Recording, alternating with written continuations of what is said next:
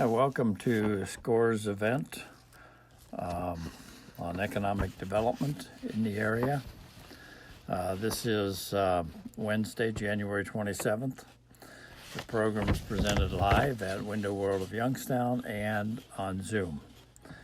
And it's sponsored by Eastern Gateway Community College, Westminster Entrepreneurial Center, Youngstown Warren Regional Chamber, the Growth Partnership for Ashtabula County, the Lawrence County Chamber of Commerce, Window World, and the Small Business Administration. Presenting tonight for us is leading off Diane Richardson, who heads the Lawrence County Economic Development Corporation, followed by Greg Myers, the Growth Partnership for Ashtabula County, and then Sarah Boyarko, who is the Regional Chamber of Commerce COO. The format tonight will be 20 minutes of presentation for each of the folks, and then questions afterwards. So again, thank you for joining us this evening, and we're joining our program in progress. Before, we only had coverage one day a month, believe it or not. Lawrence County is small, but it's not that small. So we were constantly turning people to the Pittsburgh offices. It was very cumbersome. We would lose a lot of people that might be interested about starting businesses. And with Paul Bucciarelli being in our office here, we've really amped up the number of companies that we've been able to touch. Notice at the bottom of the slide, he assisted 45 clients. And this year, there was quite a bit of money that passed through because he also helped with some of the COVID-related business assistance programs. And there's a shot there of Paul. Paul is actually leaving the SBDC and working for us part-time. So we'll be getting a new SBDC person pretty soon. Another new person to our staff here is Melanie DeVincentis, and she runs our Lawrence County Learning Center, which provides space to post-secondary education outlets, universities, colleges. I'm just waiting for a familiar face so I can do some screenshots. They can't see me. Oh, okay, good, because I was worried. I went to get this. Was that for me? I think somebody needs to mute their phone. There's conversation going on, or was that a question? I guess it was a conversation. Okay, go ahead. Okay. But Melanie runs our Lawrence County Learning Center. We've got new offices. It's great space. It's been obviously very quiet during the COVID shutdown period, but we're hoping that it turns into a very vibrant testing center and space where smaller businesses can use it for testing and training, and as well as other post-secondary education outlets. And of course, so our SCORE slide is always in there. We always tell people about our SCORE Chapter Alliance. Recent activities. When we aligned in 2017, we revived our Leadership Lawrence County program, which has been a real hit. So we're in the process of our third class, I believe now. It doesn't look this happy during the COVID. Lots of masks and lots of social distancing, but we did keep the program going, and it's really a great way of bringing up the younger folks and teaching them about economic development and getting involved with your local nonprofit boards and helping businesses. Forward Lawrence, this is a huge project for us. We have all of the funding in place, and we have gone out for bid to site selection firms throughout the United States. I think there's 6 of them at this point bidding on creating a plan for Lawrence County, a cohesive plan, which honestly our county has never had before. Getting behind that, getting it all done, hopefully wrapping it up by the end of the year. Some of the development projects that we've worked on recently, Stonecrest Development, Ron and I were speaking about that earlier. It's actually the Stonecrest Golf Course site, if anybody's familiar with that, on Route 18 South going towards Beaver, just before you cross over the line. It's actually the largest acre soon-to-be business development park to the cracker plant in the Monaca area. So we have really high hopes for this. We've got the funding in place. We got all the zoning changes just recently in the last couple of weeks. So that's going to start rolling out next month. COVID-19, I'm sure that Sarah and everybody else has been busy helping people with COVID-19 assistance, grants and loans, local, state and federal. And again, the Shell Cracker plant, again, Ron and I were speaking about this. Again, they were supposed to have this completed by the end of this year, but it looks like because of the number of people that tested positive for COVID and the shutdown, it's looking like this project will probably be pushed out to 2022. Diane, that's in Beaver, but does the Lawrence Chamber cover that area or? I'm sure it's going to have a beneficial effect on all of us, including Okay. Youngstown area. The residual effect of having the Oh, cracker yeah, plant in yeah. Beaver means a lot of, means jobs in Lawrence. Okay. We're hoping that it will, yes. Yeah, okay.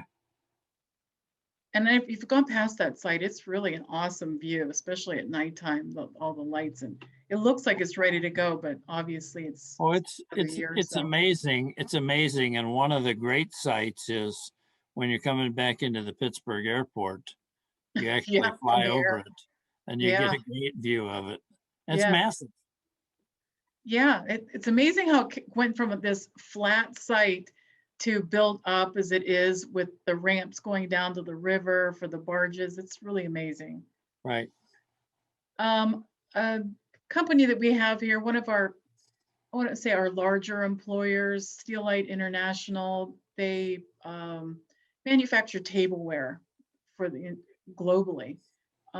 They have a headquarters here and they've expanded it an additional 52,000 square feet. So they've got probably probably over 100,000 square feet. And right next to that, we built a spec building, but it didn't get very far because Steelite ended up leasing that building as well. They needed it for additional warehousing space. So it is full, thank goodness, and bringing in some much needed lease dollars to our organization. And hopefully this will be the first of many of our spec buildings in the Millennium Park, which the LCEDC manages. And Diane, where is the Millennial Park? It is on 370. 376? It's 370. It's off of 376. And there's actually an interchange there. And I think that the interchange is Kings Chapel Roadway. Okay. Close to where Walmart is, if you know where Walmart is in Newcastle area, not very far from And one of the things with this is, and Sarah can probably speak to this, but I think it shows the tri-state's ability to attract different pieces of business because Sarah, isn't it, doesn't Steelite have a showroom in Youngstown? Yes, they do. Go ahead. Sorry about that. They do in downtown Youngstown. They're in the Commerce Building on the 5th floor. Yeah. It's very pretty. It really is nice in there. Yeah, it's actually remarkable if you get to see it. And that was a lot of times that happens when somebody is from this area, they go off to work somewhere else, but they end up somehow bringing a piece of it back to where they live. And John Miles, who runs this company, he's from this area, loves the history. There's certainly a pottery history in Lawrence County and the Youngstown area. So it's nice that legacy continues on as far as pottery goes. Diane, was there something also recently with Steelite buying some piece or maybe part of Yes. Homer Laughlin? Yes. Yeah. Fiestaware. Yeah. They did. Actually I had a slide in on that, but took it out. That's been their modus operandi recently, is buying up the smaller pottery places and not exactly sure what they're doing with them. I know that some of them they've actually closed, but it just continues to grow and grow. And probably they'll end up expanding again at our place. And maybe even in Youngstown too. I don't know, Sarah, if they've got plans to expand. Not sure.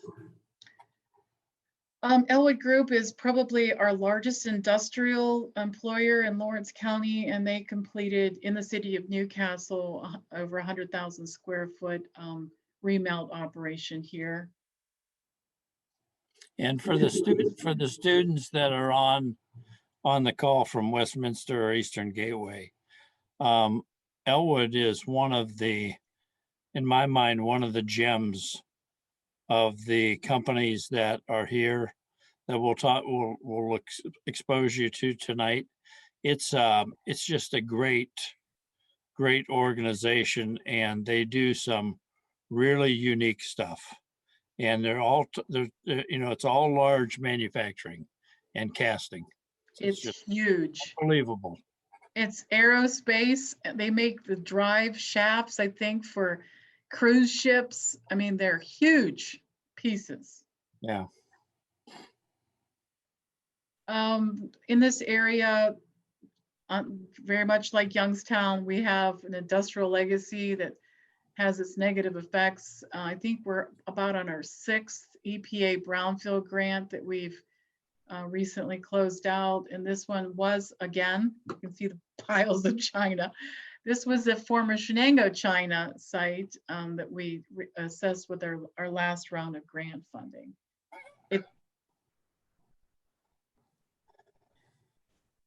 IBEW in Neshannock, which is just north of the city of Newcastle, just recently completed just a beautiful training center, apprentice electrical training center there. They started it off with a $1.5 million grant from the Commonwealth, and just recently in the last week or so, they got $1 million more, but it's actually complete or near completion. We're also working on another grant program, doing our due diligence, trying to find a proper location for a one-stop shop business incubator. We've never had a business incubator per se in the county of Lawrence. I think Youngstown, Sarah, do you have one over there in that area? Business incubator? We do. We have the Youngstown Business Incubator, and then we also have an energy incubator in Warren. And are you tied with YSU on that? YSU is connected with both, as well as Eastern Gateway. Mm-hmm. And then just a little plug for our local sponsors here in Lawrence County, and the 5 people currently that work for us. And that is our State of the Union address for Lawrence County. All right, thanks. I know we've got a minute if there are any questions. Is there anybody that has any questions for Diane right now? Yeah, I have a couple questions. If I can go first here. You're only allowed one. Oh, I'm only allowed one? That's tough. Better choose the right one. But You can ask 2 of them. so my first question would be, so you guys do a lot of like industrial and like that kind of business creation. What about like more of the consumer and retail stuff? So do you guys promote that kind of business as well in the Lawrence County area? We do. Our SBDC, the Small Business Development Center, he typically works with what we would call a micro-sized business. That would be the smaller retail, smaller service type businesses and industries. Generally, the Lawrence County Economic Development Corporation does tend to go more industrial. That's for sure. And I think it's because most of the Commonwealth loan programs and grant programs and even local programs tend to, it's easier to finance those types of businesses. Their programs are geared to help industrial manufacturers, warehouse distribution, but also offices and headquarters, not so much retail. We have a micro loan here and a revolving loan fund here that we can fund those, but by and large, just more difficult to fund them. Okay, yeah, that makes sense. I was just wondering, along the lines of people, I say they want, certain businesses in the area, just kind of wondering if you guys, cater to that aspect as well. But the other question I have would be, so with your guys' organization, do you have any involvement with either current or graduate students, whether it would be any internships or positions, or do you guys work with students like that at all? We do. In fact, we had an intern that we loved, and she left us for Colorado. Are you with Westminster? Yeah, so I'm a junior here, and what's ironic, as Ron knows, this is something I really enjoy talking about, something I find really interesting, and I'm also searching for an internship this summer. So, Well, I'm just kind of throwing it out definitely there. contact us. We Okay. had a girl, her name was Emma Messett. I don't know if you Yeah, know she's her. from Sharpsville. I'm from Yeah. Sharpsville. She's a Okay. neighbor of mine, yes. She was fantastic. In fact, we were thinking about calling her and asking her if she was coming back from Colorado because we wanted to hire her. But absolutely. I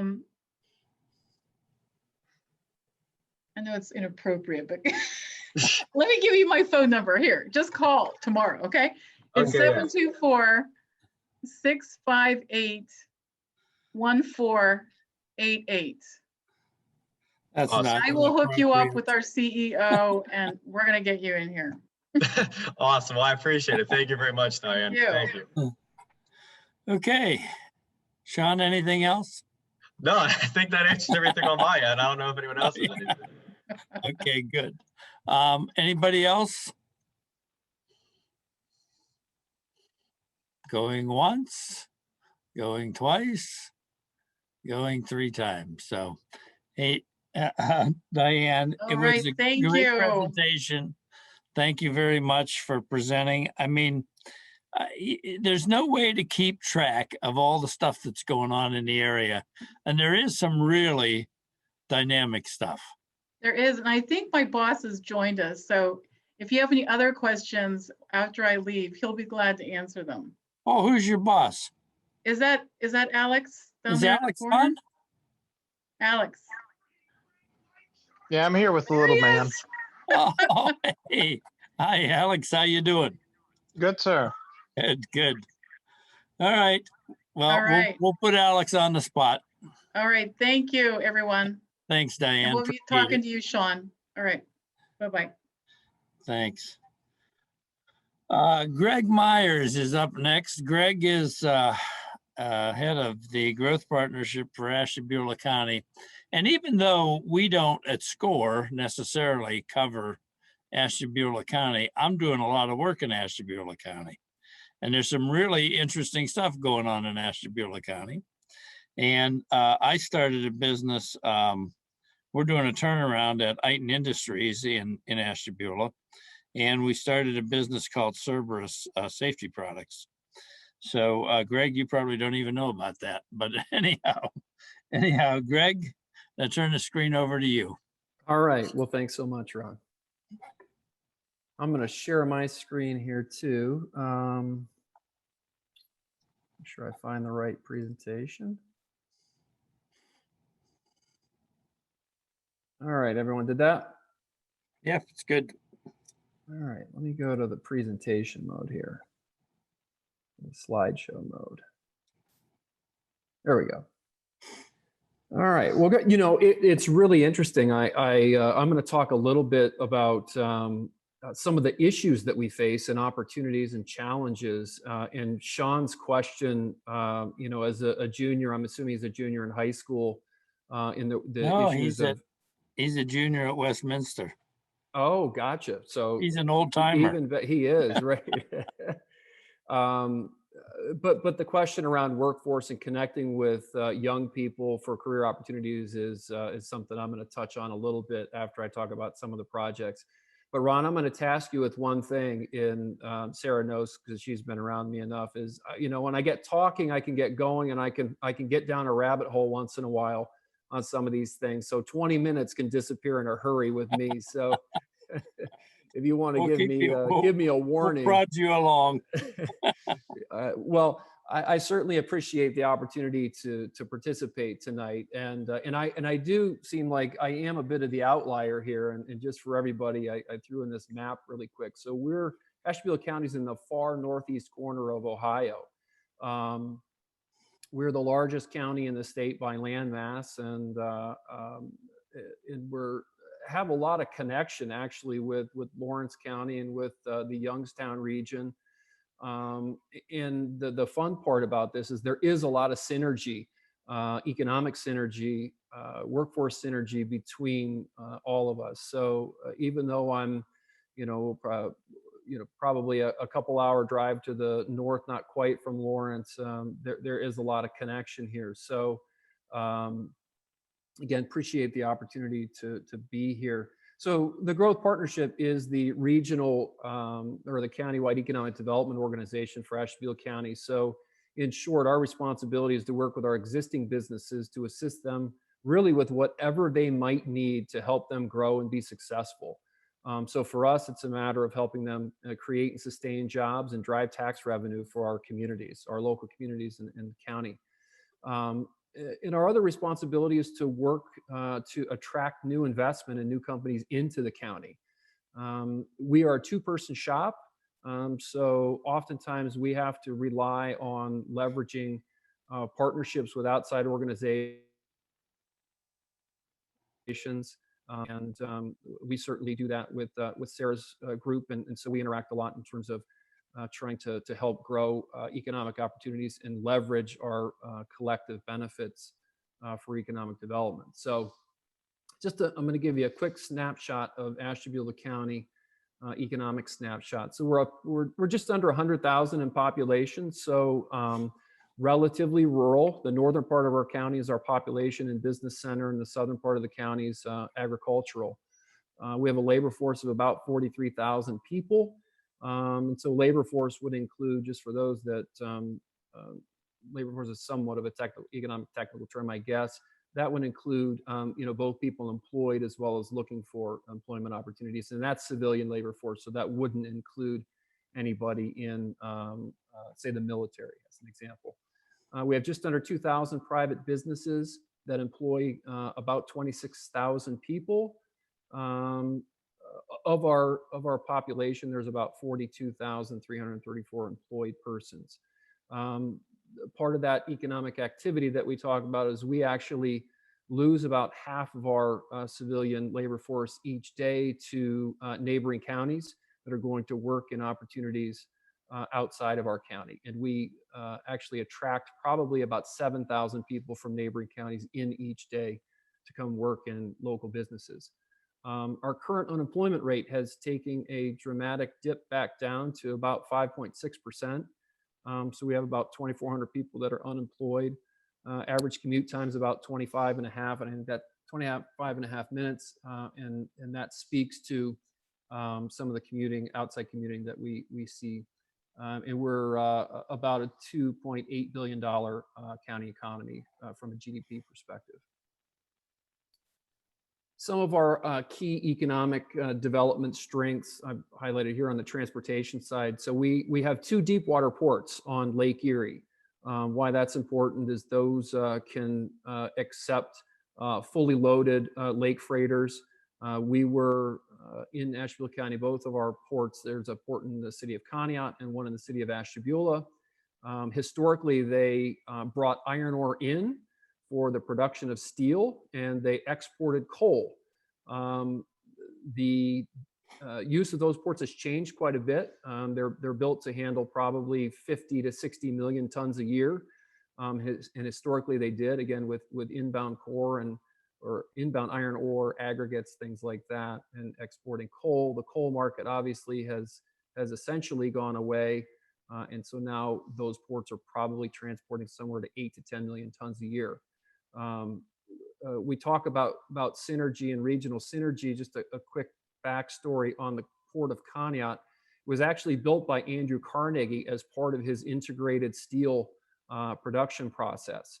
So iron ore was mined in the Minnesota area, and Andrew had the foresight to control a lot of that logistics and raw material market.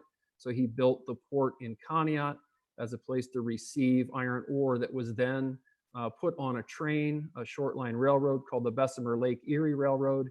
And then that was trained down into the steel market in the Pittsburgh and Youngstown area. So there's a lot of connection and a lot of historic infrastructure.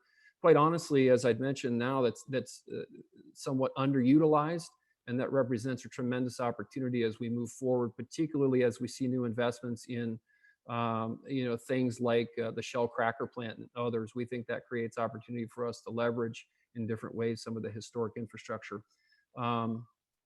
Highways, which everybody talks about highways, but our main route through here is our east-west connection that really runs from New York to Chicago's Route 90, and then we're connected down into the Pittsburgh market via Route 11. Tremendous amount of heavy infrastructure here, utility infrastructure, high capacity electric, raw water with Lake Erie. We're permitted to draw up to 100 million gallons a day of raw water, and that's used for processing and natural gas. So predominantly our economic mix is in manufacturing, healthcare, travel tourism. We are the heart of Ohio's wine industry, and then agribusiness. So wine and then other crops, soybeans, corn, things like that. Yeah, one other comment, Greg, for those of you who are on the call, one of the things that most people don't realize is Ashtabula has been the fiberglass capital of the world for a long time. And there's a company called MFG, which is molded fiberglass, who they don't do it in Ashtabula anymore, but for the past 70 years have been making all the panels for the Corvette. Correct. And really, when you start talking about putting glass in plastics to reinforce the plastic, which makes it super, super strong, Ashtabula is really was the beginnings of that market. Yeah, absolutely. Ron, you've got some good history there. So molded fiberglass was a local business started by the Morrison family. And that business was really built on developing the first fiberglass body for the Corvette. And I think they still make them. Those are still made. All those components are still made in the facility in Ashtabula. Yeah. Okay. So, I didn't know that. You know, when you think of what you think of the valleys that we're in, Youngstown known for steel, Akron known for rubber. I mean, Newcastle was known for heavy production of forgings and that type of stuff. And Ashtabula was known for, using glass in plastic, which made fiberglass. Boats and everything else, that the fiberglass was made in Ashtabula. Right. So fiberglass and polymers are a core strength of ours, as well as the chemical industry, because of our access to raw water for our manufacturing sector. So on this slide, what you can see is from an employment perspective, we're dominated. Almost 30% of our employment is within manufacturing. Again, about 20% in healthcare, and then moves down from there. And this really gets to the comment that Sean was making. I actually highlighted the 19 to 20-year-old range, and I'm going to dig into this just a little bit more as we move forward. But when you look at young people coming into employment opportunities in the county, you can see that most of them are actually headed into a combination in food service, healthcare, social service. A lot of those healthcare and social service jobs, particularly for that 19 to 21-year age group, are really semi-skilled positions where, so they're not RNs and nursing and other positions that require 4-year degrees, but they're those that are more service-oriented in that healthcare sector. And then the retail trade. Manufacturing for that age group represents about 17%. So it's not in line then with what we see in terms of the mix of our economic strength. And when you look at this is earnings again for 19 to 21-year-olds. And the average for all sectors is just about $9.40 an hour for all sectors. And again, that's really pulled down a little bit because it's picking up some part-time work in there. But when you look at that sort of healthcare, retail trade accommodations, where we see those 19 to 21-year-olds, really their average earnings are well below what the average is for all sectors in the county, and significantly below manufacturing, logistics, construction. And the reason I want to touch on that is I think there's tremendous opportunity for us to find young people like Sean, as an example, to help move them into career opportunities in some of those higher paying sectors. I'll talk a little bit about some of the projects that we've been working on. I talked about infrastructure a little bit. I've been back in Ashtabula County. I'm originally from the county, but was gone for a while and been back for about 4 years now. One of the first things we focused on is that we have all these other great resources and assets, but we were limited in terms of access to commercial natural gas. And so there was actually a moratorium on industrial projects in the county because we lacked the ability to provide the natural gas capacities that were needed. So one of the first projects that we worked on when I came back was it's called the Reesburg Pipeline, which is actually an extension of an existing pipeline that that started around Meadville, Pennsylvania, and extended in to bring gas into Ashtabula County, from the east, where most of our gas comes in from the west currently. And that was extremely important because that then allowed us to be competitive and leverage those other assets I talked about, those deep water ports, our rail assets, our highway assets, raw water, all of those. We couldn't do anything without the natural gas. So with that pipeline project, it's about a $60 million capital investment. That was completed in December of 2019 and allowed us to then compete for some pretty sizable and significant economic development projects in those sectors, manufacturing, which are our strength. And so I pair that with the project that I mentioned on the right, which is Petman USA. And you may have seen a little bit of this in the news. So Petman USA is actually a project that was started by a South African company. So this is a foreign direct investment project for us. We were only able to compete for this project because we completed the Reesburg Pipeline project, but then it also allows us to leverage some of our competitive assets. So the Petman project is a nodular grade pig iron production facility. And so if you think of what pig iron is, if you think about what a gold briquette looks like, or gold brick looks like, essentially it's a piece of iron that's formed in about the size of a gold brick. It's used in the foundry market, melted down and used in the construction of things like landing gears, engine blocks, those things like that. So when you think about the foundry market in the United States, it's really concentrated along the lower Great Lakes. So from Minnesota through lower New York, Buffalo region is the heavy foundry market that utilizes pig iron. The interesting part about this project, though, is nodular grade pig iron is a more pure form of pig iron, which is 100%. Today, it's 100% imported into the United States, predominantly from Brazil and Eastern Europe. So this is an opportunity for us to have the first plant in the United States that produces, and really North America, that produces this type of raw material for the foundry marketplace. The reason that Ashtabula was competitive for this is because, again, we needed to bring raw iron ore in, raw material source that needed to be directly unloaded by ship into the production process. We needed heavy amounts of water for cooling, heavy power, and we were able to utilize our existing infrastructure at the Penny Dock in Ashtabula, one of our deep water ports, to successfully compete for this particular project. So it was nice that we were able to, again, utilize those legacy infrastructure pieces to compete for a new product. So this is a very modern, very clean, state-of-the-art manufacturing facility. It'll be about a $500 million capital investment. Site work just started here late fall. It has been slowed because of the pandemic, but we expect full construction to start here, mid to late summer. It'll create 120 plus direct jobs with average wages north of $60,000 each, and it'll also add jobs at our Penny Dock for handling all the raw material. So it'll add about another 35 or so logistics jobs at the dock. Hey, Greg, how many construction jobs?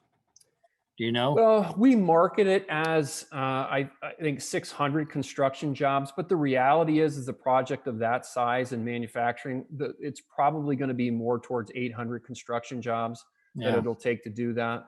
But we were pretty conservative in our marketing of that. So Yeah, this is a big deal. yeah, for us, it's a really big deal. And I think for the state and the region, it'll help leverage additional investment in those industry sectors. So, Mhm. yeah. So that's a fun project. I try to highlight a little diversity here in some of the projects that we have. So on the left, a recent project that we working on is it's called the Spire Institute, which if any of you are into athletics, particularly soccer, swimming, track and field, this is a one-of-a-kind facility in North America. It's 750,000 square feet under roof, athletic facility. And what I'm not doing justice to is not having pictures or video of this facility. But it's an existing facility that was actually recently taken over by a new investment group. And if you're familiar with the academy business, so sports academies in Florida, there's an organization called IMG. They're famous for, sort of producing football athletes, basketball athletes. They started as a tennis academy. They have about 1,200 students. And the ownership group and the management group at Spire Institute are former IMG folks who are developing the Institute and Academy in Asheville County on that same model. So right now we're at about 100 students. The goal over the next 3 years is to be at about 300 students in the academy, and then developing that with some partnerships on healthcare and universities that are partnering to bring in other integrated uses into that facility as well. So that's a fun project, and trying to give a little taste of the diversity in the industry segments that we have. Another project I'd mentioned for us in Asheville County, being located on Lake Erie and in the heart of Ohio's wine country, we have opportunities to develop travel tourism. So Hearthside Grove is a project that took a former golf course that was idled, a community golf course, and converted that into a high-end RV park. And I joke, this isn't Cousin Eddie's RV park. So, these aren't, these are the RVs that we're talking about, motor coaches that, are $500,000, that you see going down the highway with the Jeep Wrangler, being towed behind. Typically, these are higher wealth individuals that are coming in, and this park allows them to buy a lot. They have bungalows on them, so the lots sell for about $120,000 a piece. And when I say bungalows or cottages on these, they go anywhere from 500 square feet to up to 12 or 1,300 square feet. Right now, this first phase, we're about 65 developable lots, and actually had a very good summer this year. I think in part because many people were looking for opportunities to travel regionally rather than get on a plane or a cruise ship to vacation. So it's a fun and it's an exciting project, again, that leverages some of our other competitive assets. So Hey, Greg, we can give you 6 more minutes. So. Gotcha. Okay. Gotcha. Thank you. Yep. So a couple other projects that we're working on is a waste energy manufacturing plant. This is tied to the dock in Conneaut. One of the exciting things about this is we were just successful, City of Conneaut, in receiving a $19.5 million federal port grant that will go into helping us rebuild some of the roadway infrastructure. That's significant because it helps us leverage, again, that legacy port. It's a deep water port, has heavy power on it, access to raw water. I think, in 5 years, I'm confident that we can win another project like a Petman to land there, or something similar to that. So that's a very exciting project as well. We're in the final 2 in the selection for a dry goods distribution center. It would be about a 650,000 square foot dry goods distribution center located on Route 90 in Austinburg Township. This is a significant job creator, about a $70 million investment, 250 or so direct jobs. Excuse me. So I'm going to touch really quick. I want to jump down. So workforce, I can't state this enough. You know, we talk about all these projects, but excuse me, dry throat. You know, we can't be successful without having a strong workforce. So I'm going to flip through these really quickly. Excuse me. So we're seeing, you know, continued population decline. Actually, I said we're just under 99,000. Many counties in rural counties are seeing that's a big issue for us. Seeing a civilian labor force decline as well. Part of that's due to the population decline, our aging population, increasing retirements, and then economic conditions. You know, some of those lower wages in those industries that I'd mentioned in retail and others are, you know, causing some people to ultimately not advance into new industry segments and keeping them out of the labor force. We talk about our unemployment rate. It's down. You can see in the shaded area to the right, we had the spike due to COVID. We're back down actually below where we were in the spring when really the COVID spike happened. So that's good. But it's the low unemployment rate's a little misleading. In what we like to focus on is labor force participation, and I think that's key. And I talked about, you know, young people like Sean. It's important for us to start to engage younger people in looking at career opportunities in some of our core sectors and getting them engaged. As you can see, Ashtabula's labor participation rate's about 4% below the national rate at 61.5%. So that's key.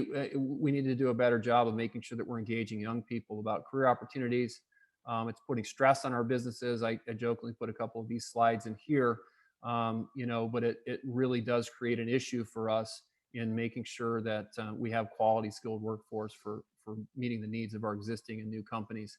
You know, talk about opportunities for labor force improvement. It's really engaging with young people. I want to flip to this slide really quick because I think it just highlights some of the opportunities. So right now we graduate on average about 800 seniors from our local high schools every year. We send off, you know, on an aggressive number, 35% to universities to advance their education. But we have, you know, 500 or so young people that we're trying to engage and identify opportunities for additional technical training and placing them into new employment. So for us, that's our real opportunity to try to, and that's been our real focus on workforce development, to try to engage young people in getting them interested in opportunities in our core industry segments and getting them the skills training that they need to pursue opportunities. So I think I'm, you know, at my time limit, Ron, and I don't want to chew up any of Sarah's time. So I think I'm going to leave it there. One of the things I want to mention really quickly, and because I think this is important, and you probably see it in some of these other areas, is we did a high school student survey about what they were interested in. And most of the students we surveyed said they're gravitating toward jobs and industries or careers that they know and are comfortable with. And their parents really influence that. And what we see is retail and healthcare, right? They go shopping with their parents and they've been to the doctor, so they know those two industry segments. What they don't know and they don't understand are opportunities predominantly in manufacturing. And so we need to do a better job of marketing career opportunities in some of those other core sectors. So yeah, and I think Greg, there's something to, like, for example, at Iton Industries, we just bought 2 3D printers that are heavy duty, very large 3D printers from a company in Youngstown called Juggerbot 3D, which came out of which is in the YBI, Youngstown Business Incubator. And I think that's the strength of you know, the three of you that are talking tonight. We can all play off of each other because we can take the technology being developed in Youngstown and parlay it in Ashtabula to create this Imagineering Center for a company that's 98 years old and is looking how do we get into the next 100 years and what do we do? right. And so I think there's so many things that can be played off in Northeastern Ohio. And I think the people that are on the call tonight are doing a great job doing that.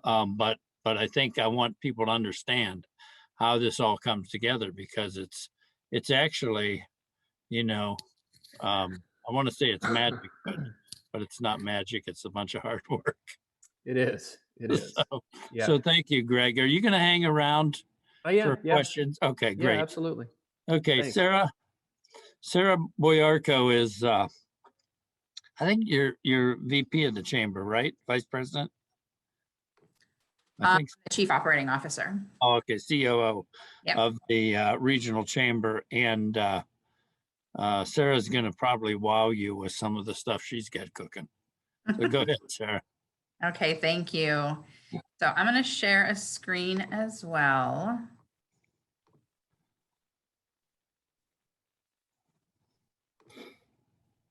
Okay, can everyone see the screen? Yep. Okay. I will start off by saying we obviously are a chamber of commerce. We provide a whole variety of business services similar to some of the information or the resources that Diane mentioned earlier. We also have an advocacy division on the legislative side to help companies with any issues they might have in hurdles around their industry, or possibly issues with permitting, maybe through the Department of Transportation, or other things that they might have some delays with business. So we certainly help with a lot of that activity today, or on a daily basis, depending upon individual issues. What I'm going to talk a little bit more about today instead is economic development and the activities that are occurring in our market now, and some of the services that our great staff here at the chamber offer on a daily basis.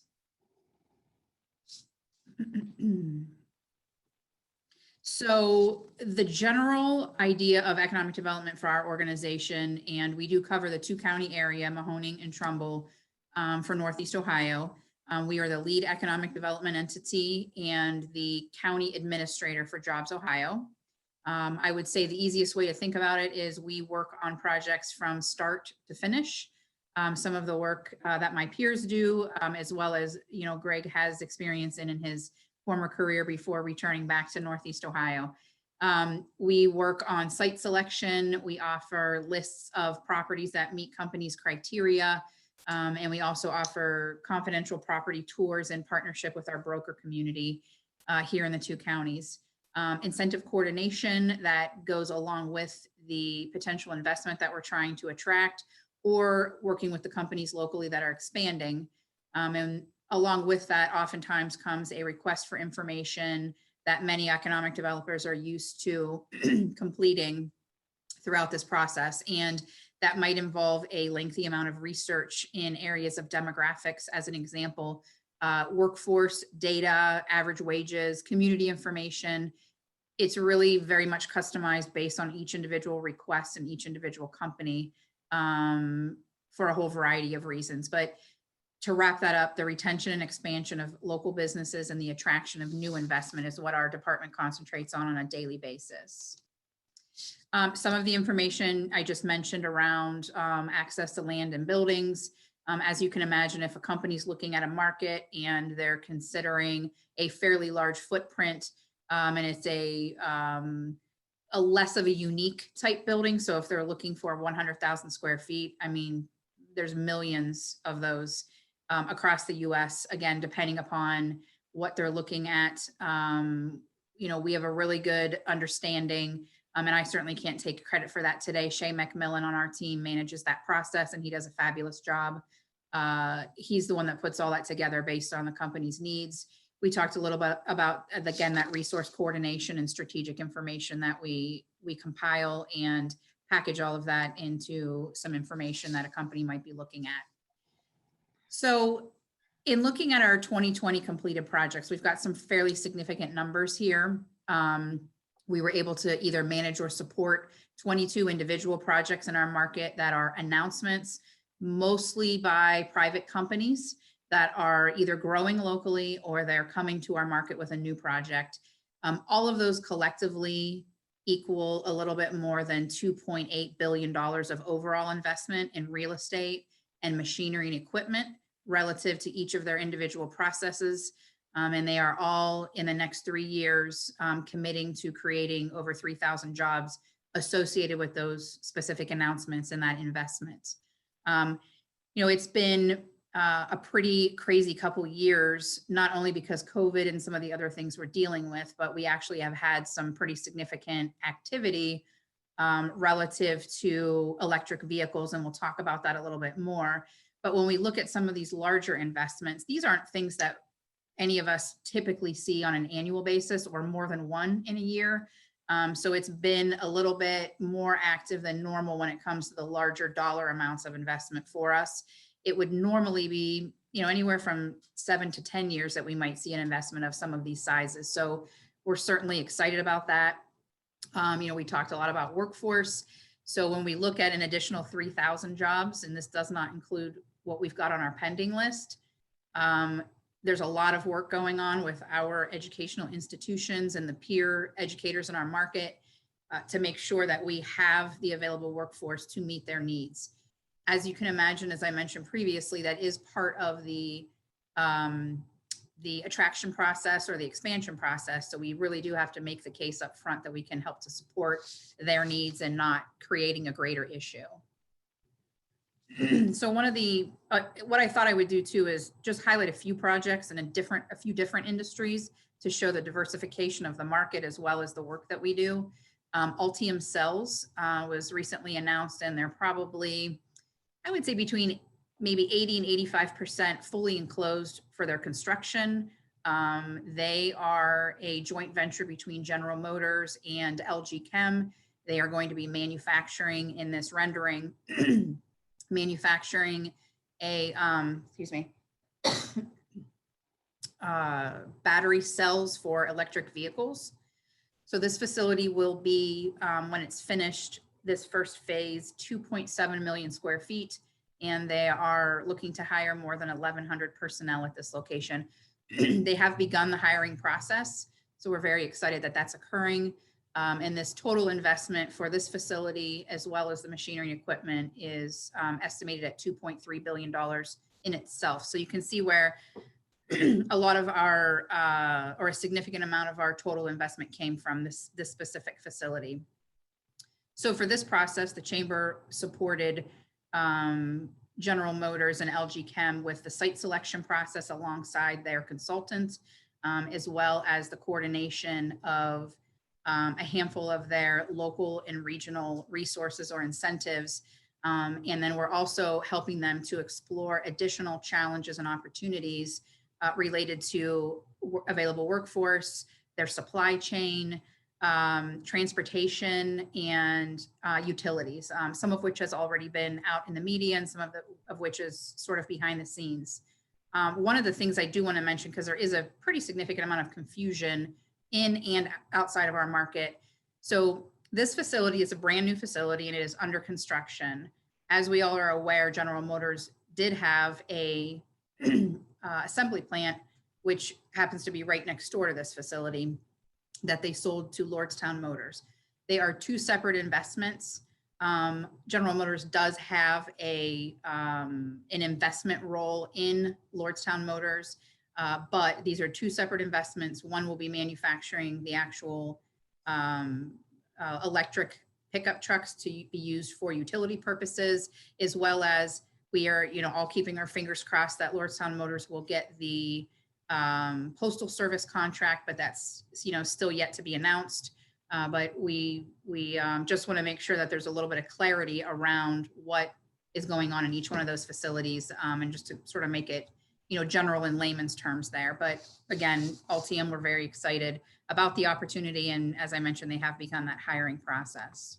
I think, Sarah, one of the things that's amazing about these investments, along with the Bright Incubator in Warren, is people have heard the name Boulder Valley, and that seems to resonate on just about everything that's going on in Lordstown, except for the TGA Maxx and the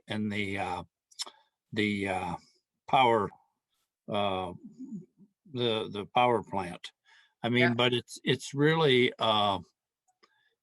amazing how, the Valley took a big hit in the stomach when GM moved out. And it's amazing how quickly, and it's a testament to the chamber and the Valley itself to come back like this with some huge investments to offset that. Absolutely. Thank you very much. Oh.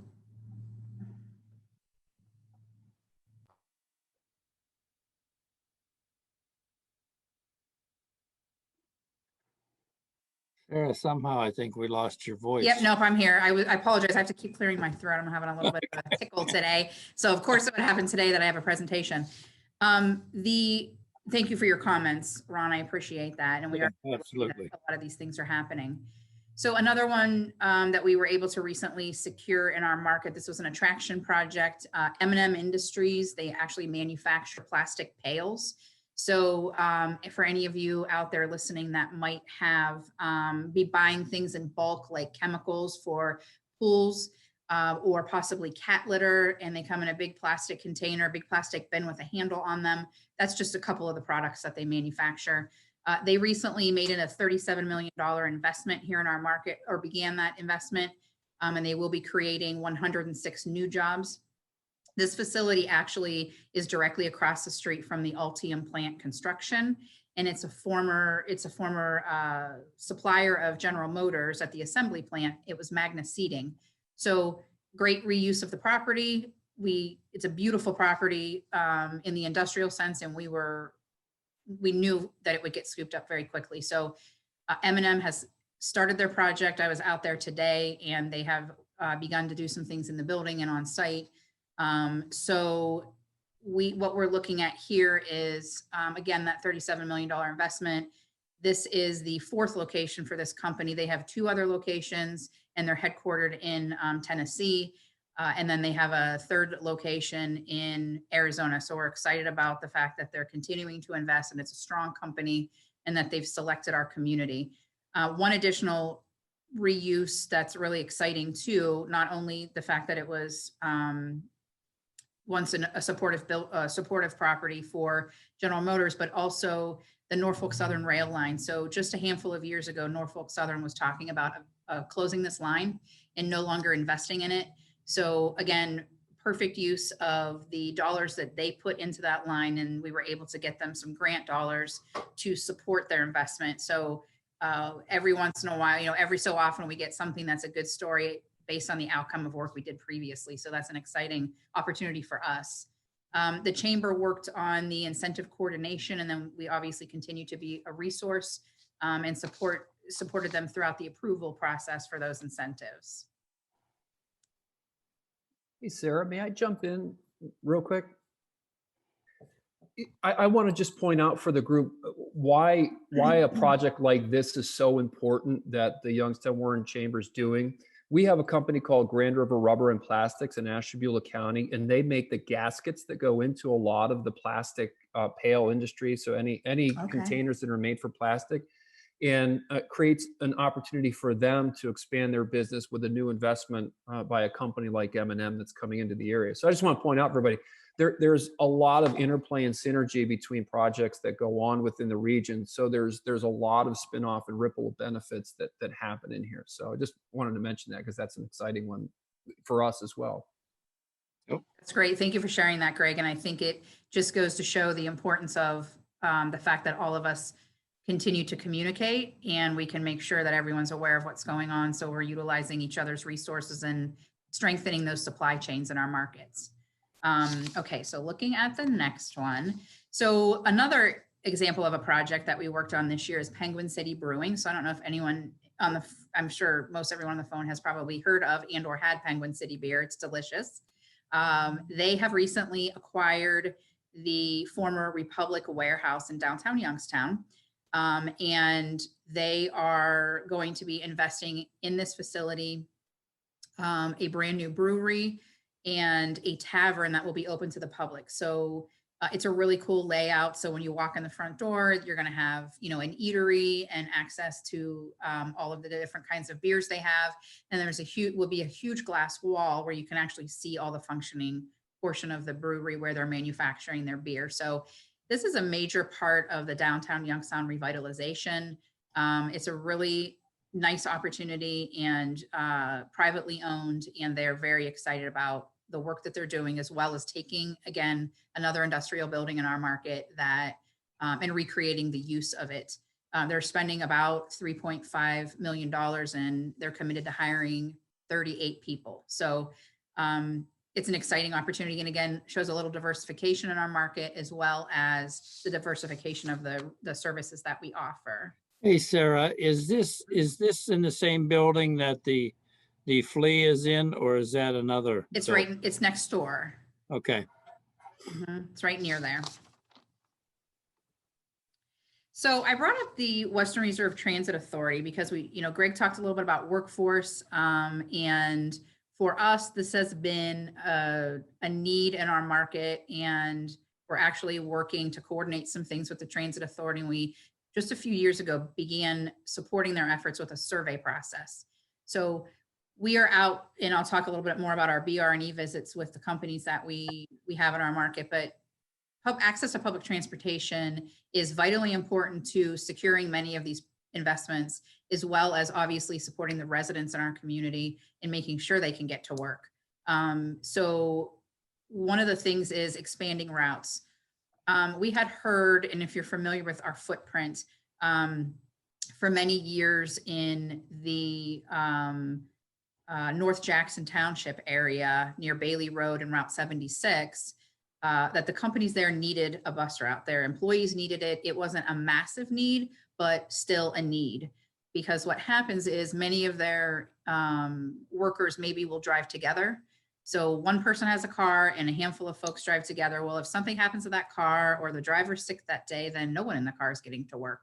And again, these are a constant story that we're hearing, or constant feedback, in a very similar approach. So just like any other business, WRTA, who is a fabulous partner in our market, they have to make the case for the cost as well as the usage. So what we're looking for recently was take the opportunity of the home goods warehouse. We knew that they needed public transportation, and they wanted it from both of the downtown Youngstown and downtown Warren cities in our Mahoning and Trumbull counties. We were able to utilize that project and also add to and use the leverage of the need in North Jackson for a new route. So we're really excited about that opportunity. And once Home Goods is up and fully functional and running, they'll be able to start that route. WRTA already has started the route in North Jackson. So they're serving the Youngstown Commerce Park, and they're serving companies like Mom's Meals or Extrudex, and a handful of other companies that are out there. So I mention it because it's a vitally important part of the success of any of the businesses in our market. An additional item that the chamber implemented earlier this year, and one of our former staff members, Lauren Johnson, actually put this together. She took a lot of time to coordinate this effort with our chamber members, and we created a construction and procurement guide. The cover of the guide is actually the TJX construction at the beginning stages, obviously. And what we utilize this document for is to make sure that the companies in our market have access to, in a single point, for any of our members that provide construction resources. So within the guide, there are over 300 industry members, and that's covering all aspects of construction. It includes planning and architecture, engineering, site development, general and specialty contractors, brownfield remediation. We talked a little bit about rail previously, so rail construction and repair, and many more. The document has been very well received, and like any other chamber, we constantly share our member lists to make sure that our members are utilizing each other as resources, but all of the companies coming into our market. So when we've got a document like this, now we're sharing it with Ultium and M&M and Home Goods and Penguin City and everyone else we have a chance to work with. It is a much more it's an easier to use document and much more attractive. So this has been a really big hit with our companies that are utilizing it, but also the ones that are in the document. So we're constantly looking at new ways to market our members and make sure that they've got their information is out there at the highest level. I wanted to say as well, because Ron brought it up with the Energy Center, we do have the Lordstown Energy Center that has been up for several years and running, the natural gas to electric power plant, the Trumbull Energy Center, the second phase, and an additional $900 million investment is still pending, and it is something that we hope to have under construction this year. But we are definitely, still have that slated moving forward. So one of the additional items that, as we close out the 2020 year and work with all these companies, we are always looking at new ways to generate leads or how we generate new leads. So this year for our lead generation activity, collectively as an organization, our government affairs staff, the chamber's economic development staff, our workforce staff, our CEO, collectively, we made or conducted 402 business retention expansion visits. So what that means is this year, a little bit different, and all of us are, probably already have that in mind. Maybe they were Zoom calls, or just phone calls in general. Toward the end of the summer, we actually started making in-person calls again, and companies were just chomping at the bit to get into in-person discussions and, socially distance appropriately. But these have been very productive for us in the past. And again, having that high level conversation with decision makers that can tell us what's going on in their company, how can we provide resources, and more often than not, they talk about an investment that they're thinking about making. So these then turn into leads or future projects that are pending on our list. Within that same time frame, we managed or received 43 individual property inquiries. So these are companies that are from outside of our market that are considering an investment here, reached out to us and asked us for those property lists and completed requests for information so they can mull that over and take a look at everything. I will say that we thought that this probably would have been a little bit of a lesser number just simply because of COVID. But what we saw was actually a fairly similar year in comparison to past years. And that was simply because a lot of places were either shut down and or working remotely. Maybe a lot of business somewhat fell to the wayside for production. And they still took the time to look at they took that time to be productive and look at what they might be looking at down the road. Now the non-local tours are reduced. We typically have double that or a little bit more than double. And this year we only had 11. So those are companies coming into our market, confidentially touring properties, sitting down with us and talking about resources. Some of those have jumped over to our pending list. And then some of them are still sort of in that lead stage and they're not viable projects yet. Within all of that activity, our research staff completed 55 requests for information. So again, I go back to the demographics, community demographics, workforce information, and in anything else the company might be looking for. So after we take all this activity, this is what we're currently managing. So these are projects that have not yet been announced. Some of them might be out there somewhat in the public at this point, but the great majority of them are still confidential. So we're managing an additional 21 projects and a little bit more, or nearly, I should say, 1.6 billion of pending investment that could ultimately result in more than 4,000 jobs created. So we go back to the workforce challenges that to make sure we're figuring out how we ensure that these companies are going to be successful, because all of us know that no company will be successful without the appropriate workforce. Did you want to say something, Ron? Yeah, I did want to say something. I think for those students that might be on the call, and this is, Greg and directed at you, Sarah. I think that, for years we've looked at graduating seniors from college and watched them leave the community. And I think the one point I want to make is with what's going on at the lake, in Ashtabula and some of the stuff that's happening there, and what's going on in Youngstown with Voltage Valley and the transformation of manufacturing, particularly in the Lordstown area and North Jackson. I think it's a new ball game. And once these things get into place, I mean, you're talking about, hey, you go to YSU and you have an engineering degree. Well, it's so much easier to find an engineering job today than it was 5 years ago. And I think if you have a manufacturing background or you have an accounting background or whatever it might be, that's how important these things are, because this is not my future, it's your future. So just a point. It's a good point. There are a whole variety of options through each one of our markets. And I think that in looking at some of the things we talked about specifically, this is just a small sample of what's available.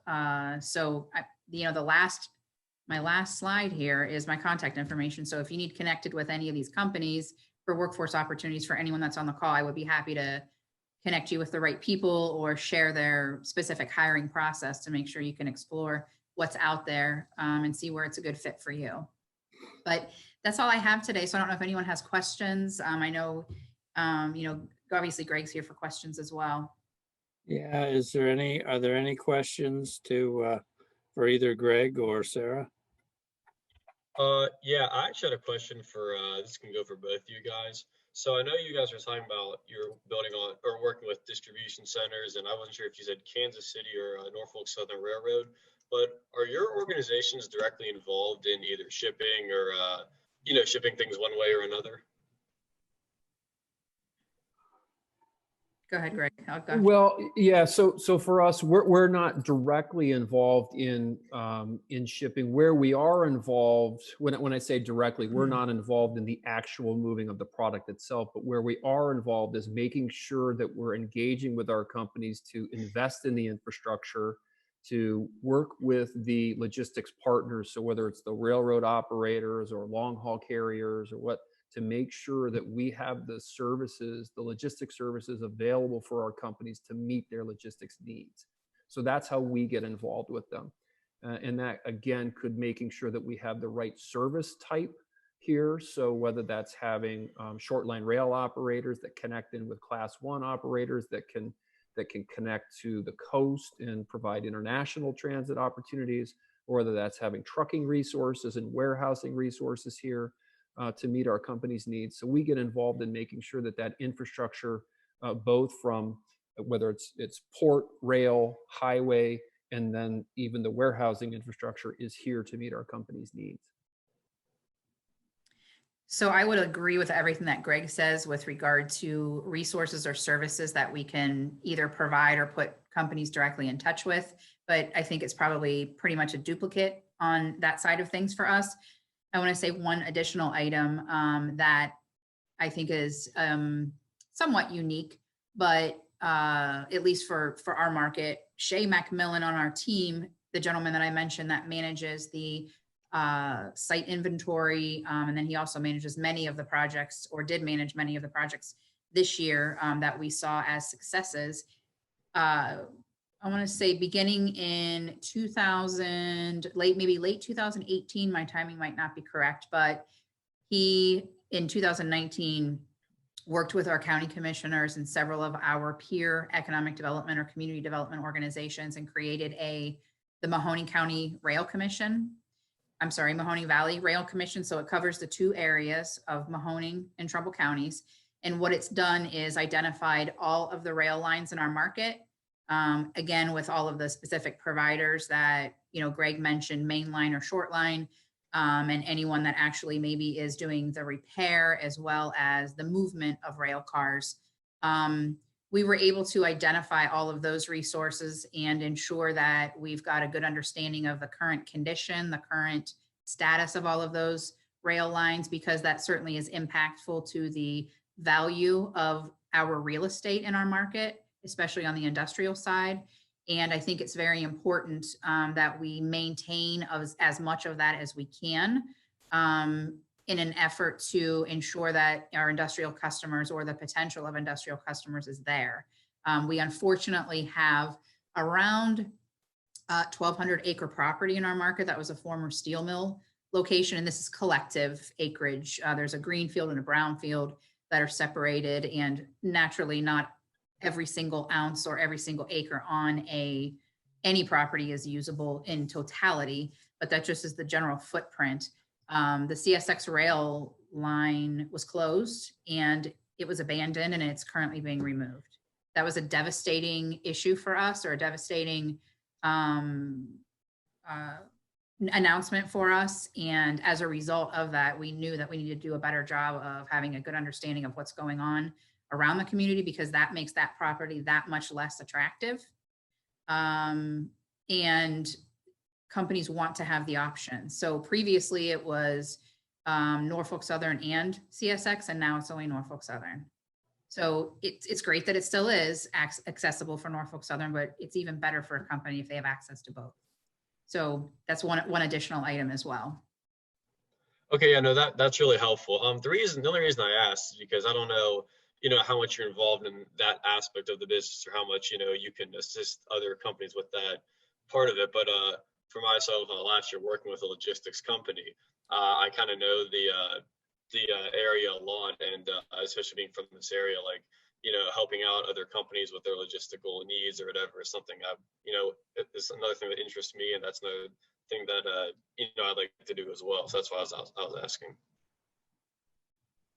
That's great. And I'll say that logistics experts on the education side of things are in demand. So I would definitely, logistics and supply chain is an in-demand field, and there probably are not nearly as many in our market that we need. So if that is something that you're looking at or have an interest in, you should seriously consider it. Yeah, I would echo that as well. Mhm. Sarah, I wish we had that marketing piece that we did. We're working on an effort to promote concept, lake to river concept around leveraging infrastructure and logistics resources, connecting all the way down to the Ohio River up to Lake Erie, and all the rail connections, the highway connections that exist. Those are legacy infrastructure pieces. As Sarah mentioned, we want to make sure that we're investing in those versus removing some of those and leveraging those to help us grow the marketplace, particularly as we see new industry growth related to petrochemicals and that sort of thing. So there's tremendous opportunity on leveraging the logistics components. So if that's a piece you're interested in, there's a lot of potential there. Awesome. Yeah, thank you very much. I appreciate it. Mm-hmm. Sure. Any other questions? Well, first, I just want to say thanks, guys, for coming on, and actually learned a lot. Both of you, just being from Lake County myself, Greg specifically, I was wondering about any potential summer internships. I'm also a junior at Westminster College currently. Okay. Yeah, and I'll tell you what, I'll leave my contact information as well. And I did not get into my final contact slide, so I'm gonna leave my number. But feel free to give me a call, and we can certainly talk about internship opportunities, whether that's working with us at the Growth Partnership or even within one of our organizations throughout the county. So so my name again is Greg. Last name is Myers, Myers, and you can reach me by phone at 440-576-9126.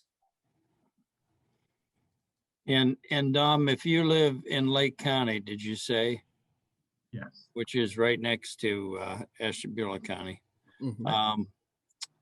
Give me a shout too, and I'll talk to you about possibilities close to Lake County. Sounds great. Thank you. So no problem. Sure. Okay. Any other questions? So I do want to say we're coming up on pretty close to 7:30 now. I have been, I've traveled all over the world, and I've lived for the most of my life in the Youngstown area. And I will have to say that this is probably the most exciting time that I can recall in my 63 years of life that we have in Northeastern Ohio and Western Pennsylvania. I think it's pretty remarkable, and we're going through this significant change. And for years, we talked about, you know, the brain drain, and Jeff Herman's got a article in the Business Journal about the brain gain. And I think there's so many cool things happening here. And I just want to say, as taken over the chair of SCORE here over the past, I don't know, 18 months, that with what we've got going on at Eastern Gateway and the community itself, or the student community at Westminster, and the things that are happening, this is really an exciting time to live in this part of the world. And I think that we, you know, Greg and Sarah, I appreciate working with, I'm amazed at the level of professionalism, and Diane's included in that too. The level of professionalism and what's going on behind the scenes that we don't see every day. And it's actually pretty remarkable. And I think as a student body and being involved in the entrepreneurial centers, there's some really, really neat stuff happening. And I want to thank you not only for presenting tonight, but thank you for all the work you guys do, because you're doing a kick-ass job. Thank you. Thank you. So, all right, well, that's it for this week's session. I want to thank Diane, Greg, and Sarah for participating, and we just think it's great. And we'll have this available on YouTube as well. And we'll see you guys next time. Okay, let me say one thing. Yep. The article you referred to in the Business Journal, I just posted in the chat, so you can have access to that right there. Oh, good. Yeah, so the URL's there. Okay, great. Thanks, everybody. Have a good night. Thank you. Yep. Thanks, Yeah, everyone. thank you. Stay well. Here. You guys so Bye-bye. much.